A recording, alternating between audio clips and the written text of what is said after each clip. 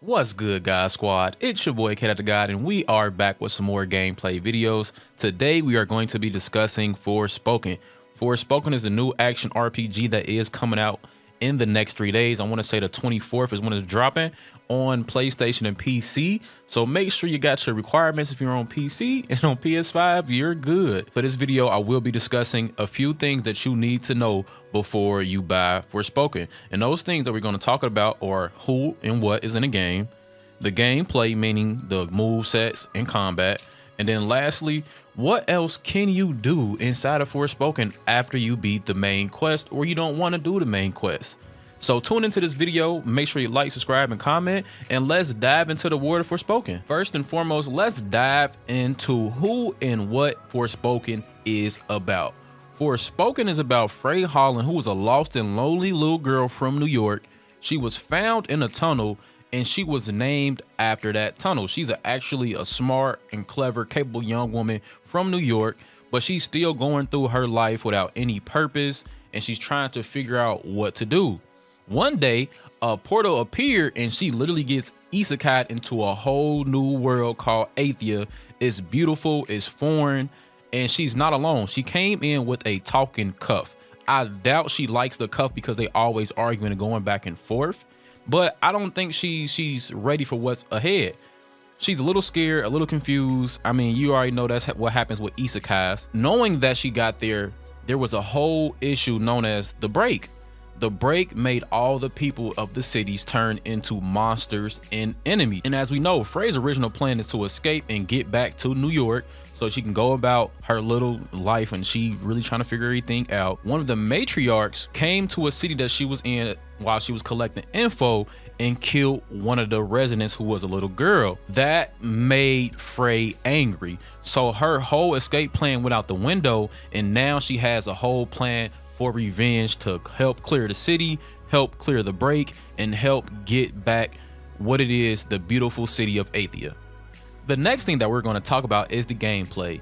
And the gameplay, I'm going to break it down to two different parts. We're going to be talking about the move slash what you use to traverse and move around in the area of Athia. And then we're going to talk about the combat, the spells that we get because of the talking cuff. And again, thanks to the talking cuff, we were able to do some real cool parkour moves like jumping off walls, scaling cliffs, and gliding on water. But the downside to that is it's not automatic. So it doesn't, you press a button, it doesn't just happen. You have to really connect those moves and to get everything together for a more seamless experience. And if you don't chain those moves together, you might feel like the game is lacking in that parkour experience. The offset is the better you are at chaining, the better Frey moves. So I would take some time to really just practice, move around, because there are a lot of other things you can do besides just playing through the main story. And like I said, some of those moves are flow, rush, shimmy, scale, zip, float, and glide. I'm gonna talk about my favorite three.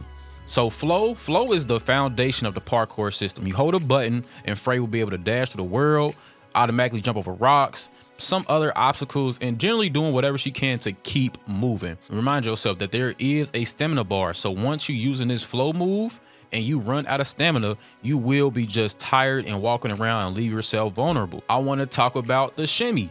Frey, she is accelerating by kicking off the ground and making a short jump forward. Using it again when you land will perform another shimmy, making it possible to leap around the world at a very fast speed. So that's another parkour move where you're gonna be hopping and jumping and skipping to rocks. And lastly, the zip. This one is actually one of my favorite ones. She launches a magical tether, which she can use to pull herself further or even swing on the objects. So combining the zip with the shimmy or with the flow, and you chaining those things together, the parkour movements all starts coming together. So that's the main thing I want to talk about when it comes to the move set and traversing. Let's dive right into Forspoken's combat system. Forspoken is a new action RPG, and it doesn't focus on the main elements like, you know, action RPGs. You normally have swords, you have a few weapons, something to throw or defend yourself. In this new action RPG, you are going to be using magic or spells to defeat the enemies. And those enemies are the people from Athia that were turned into monsters because of the break. Now, be wary of this. There are a bunch of spells, but I do feel like every spell is a necessity. There are different, weaknesses, different strengths that each spell has when you're fighting a certain enemy or you find yourself in a situation. Normally with so many options, you'll need a loadout, but not with Forspoken. The interface makes it so easy to use all the abilities, to switch back and forth, to pick what you want, and to actually read and understand what it is. Some of the abilities include Scattershot, Tendril, Blast, Slice, Cataract, and Genesis.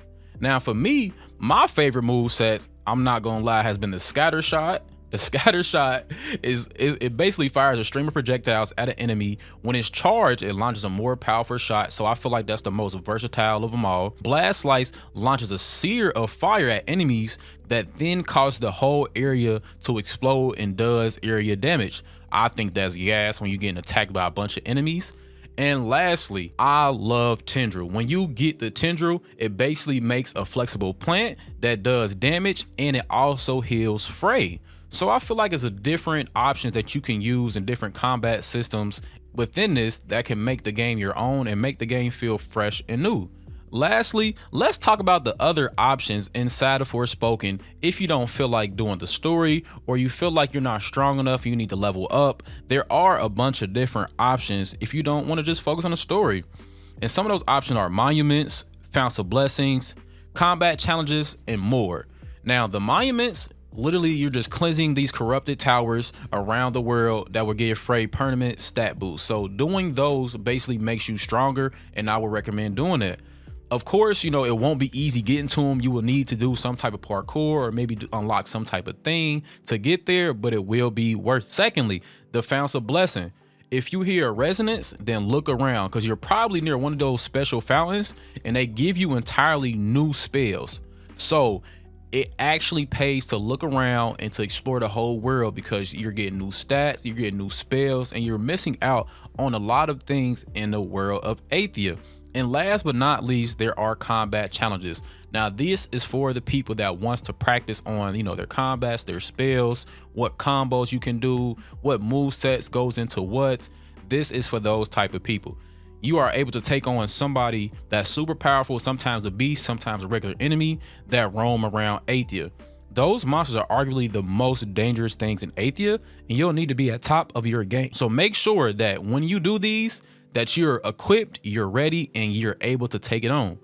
But overall, I hope you guys enjoyed this video. I hope you guys learned something new about Forspoken, and I hope you guys cop it and come check out my Twitch channel live because we will be streaming it on the 24th, as well as uploading new videos to my YouTube consistently. So thank you guys for watching and hope to see you guys soon.